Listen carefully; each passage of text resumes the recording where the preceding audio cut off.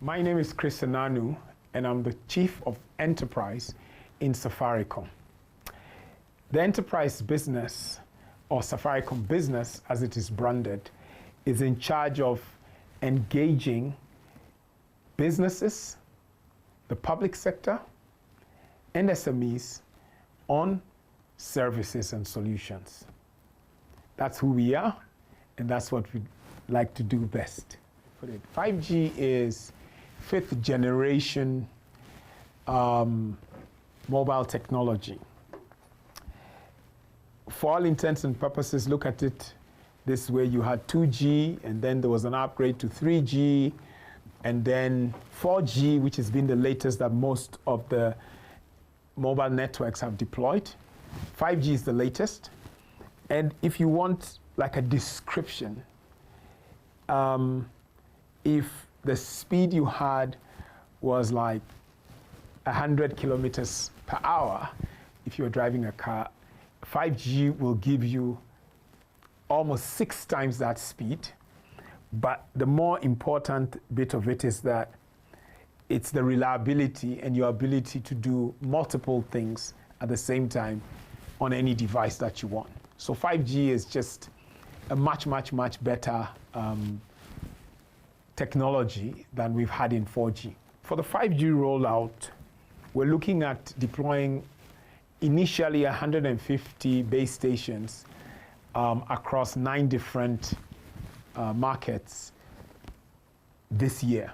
So by April, we'll have those up and running. These include Nairobi, Kisumu, Kisii, Kakamega. So basically, if you can imagine that we could only support 100,000 devices per square kilometer on 4G. Now we can support 1 million, literally 1 million devices. So it's not like a minor upgrade when you go from 4G to 5G. It's a massive upgrade. And like I said, the speeds, you're looking at about 6 times. The difference between 150 Mbps and 1,000 megabits per second. You know, it's just totally phenomenal. The challenge is that 5G devices tend to be much more expensive, and so it will take some time for that price to come down. As more network providers across the world adopt the technology, it means that more vendors are going to build devices around the 5G technology, and that will eventually bring down the pricing, and based on that, we'll have more people with 5G devices. But for now, we're rolling out because it's what we do. We like to be at the forefront of technological innovation, and this ensures that the Safaricom network is ready for all the new innovations in IoT that are coming into the country and are needed. So 5G, the first important use case for 5G is connectivity. People want fixed wireless access is a critical component of what the market needs. So in places, first and foremost, where there's no fiber, fixed wireless access is a very good way to give people good connectivity and good broadband services. Obviously, there's also enhanced mobile broadband. So people who have 5G devices can have a much better experience. And so, yes, over and above the areas where our fiber network does not cover, the great thing with wireless is that nobody has yet developed a technology that can cut the air. So unlike fiber, where you can have a fiber cut, genuinely when it comes to wireless, the reliability is very high. So the second use case that is very important for my division is private 5G enterprise networks. So if you take, for example, Kenya ports, the port can decide to have a private network. What this means is that they have a 5G base station, and instead of having a cabled LAN, they use 5G to connect all their devices. The laptops, the computers, the servers, the machines that move the cargo off the ship, the devices that clocking people. And so the whole of the ports is connected, and they don't have to worry about adding additional devices. As you remember, I said you're moving from 100,000 devices to 1 million devices. If you take, say, a university campus, between security, the library, engaging administration, students' Wi-Fi, everything can be connected. Take, for example, the UN complex. Again, that's another area. So, or manufacturing concerns, where you have a big, manufacturing plant. So private networks, you can easily do that on 5G. It works perfectly. It just means you standardize the device, and it's got very high triple-DES encryption for security. And so that's one of the other use cases that are very important for 5G. As you may know, we're a purpose-driven technology company. And our mission is to transform lives. And when we talk about transforming lives, it's both lives on a personal level and livelihoods in terms of business. Now, agribusiness, education, or agriculture, education, and health are three verticals that we are focused on having impact in. So what does this mean? It means when it comes to schools or agribusiness or health facilities, we've got a team of people who are sitting down and thinking, how can we better the lives and the livelihoods of people who are in these verticals? Because all of those three touch all of us. So if I were to take agriculture and look at, for example, what we're doing with DigiFarm, the whole opportunity there is we want you to be able to be a couch farmer. What does that mean? From the comfort of your couch in a leafy suburb, from the palm of your hand in your phone, you can see what's going on in your farm. So basically, from the issue of the soil structure, in terms of is it moist, what's happening to your crop, monitoring the farm implements, connecting, be it the tractor or the irrigation system. We can use 5G to basically monitor and control all of those things. Some of these technologies have been there throughout 3G and 4G.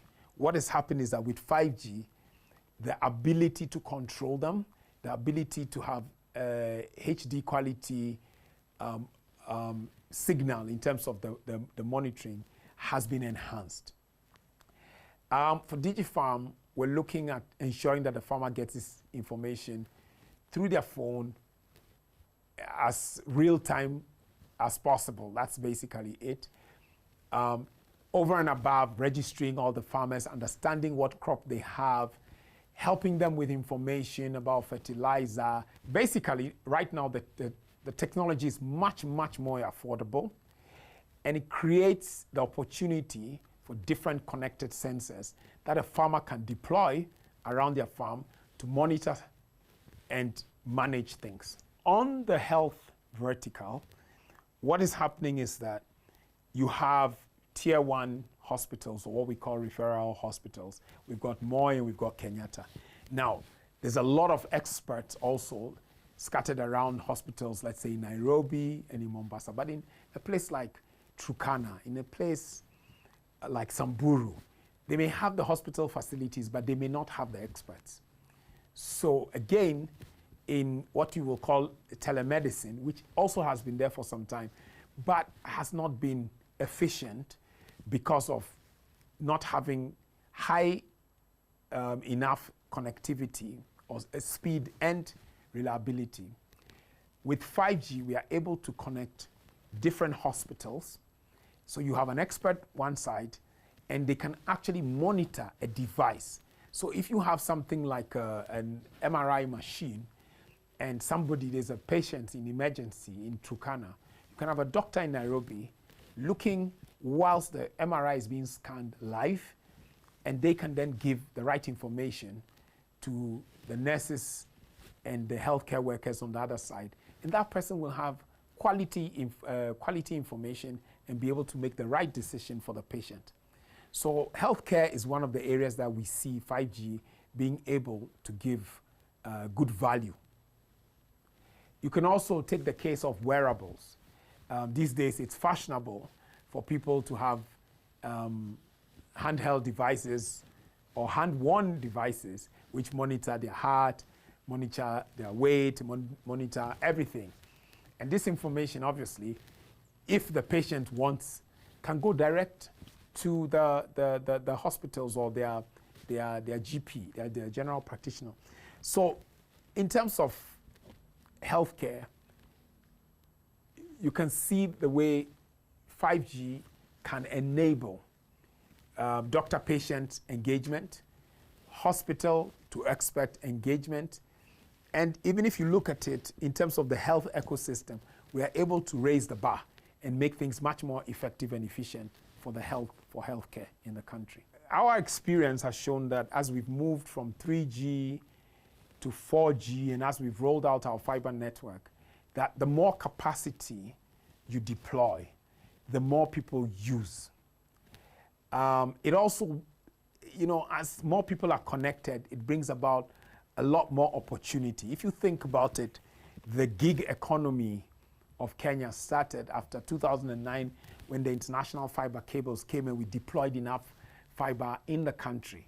What it meant is that youth in different areas of the country were able to connect onto the internet in a way that they can get jobs outside the country and work online and get paid. And this has been a very good booster to the youth in Kenya. We've deployed 4G more than 95% of our network. We're now beginning to deploy 5G, and we expect that thousands of Kenyans will go out and they'll start buying 5G devices.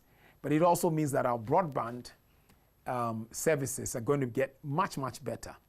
And we are able to support, health, education, agribusiness, and the public sector. Remember, there has been a big difference between how we used to consume news and video 5 to 10 years ago. Right now, I'm sure most of you consume your news on your phone. You don't consume the news at 7 o'clock or 9 p.m., you consume the news real time on your phone. So with 5G, there's going to be a massive enhancement of the video quality. And that's why a lot of networks are having to upgrade, because the amount of video content is blown up. Remember, that has also given rise to a totally different sector in terms of production of this content. For instance, if we take the border industry, yes, it existed, but between borders and the taxi hailing companies, there's now a flourishing business. Why? Because we've been able to use mobile technology to connect somebody who needs transport or logistics to the logistics provider. Nowadays, most of the border people have smartphones. They're basic fast smartphones, but they're smartphones. They work. Because one, when they are waiting for customers, they normally use these phones to actually access information. I've met a couple of them who've told me that they're studying for online degrees on their devices. So in between, be it being an Uber driver or a border rider, they are able to use their devices for education, entertainment, and for business. Without connectivity, none of this would have been possible. So fast internet and smartphones have basically ended up changing the world. It's not the same way that it was. It has brought massive new opportunities, and 5G is going to take this to another level. So today, the farmer with 10 or 20 acres can monitor their things from anywhere in the world. Millions of people can keep track of their health. And we are going to see the proliferation of more jobs all around just because of connectivity. We've always distinguished ourselves in Kenya as being innovators. And in that innovation space, in the tech space, we've always been early adopters. And so I see a situation where the faster and the earlier we start to adopt the use of 5G, the earlier and faster we get use cases that nobody in the rest of the world has even thought about. Because that's who we are. We are creative. We are innovative. I believe as Safaricom rolls out more 5G base stations, and we see a proliferation of devices and gadgets all using 5G technology, we're going to see a multiplier effect on the connected population. We're going to see a massive impact also on the economy, because I see more jobs being created online, more opportunities for content, more connected devices means more engagement between all of us. And so it's a plus. Yes, 3G and 4G will still have their value. Less so 2G, but definitely 5G puts us on a totally different level in terms of a country that is serious about technology, a country that is serious about digitization, and a youthful population who know that this is the future. So 5G is here, which means the future is here. Let's get together to transform Kenya.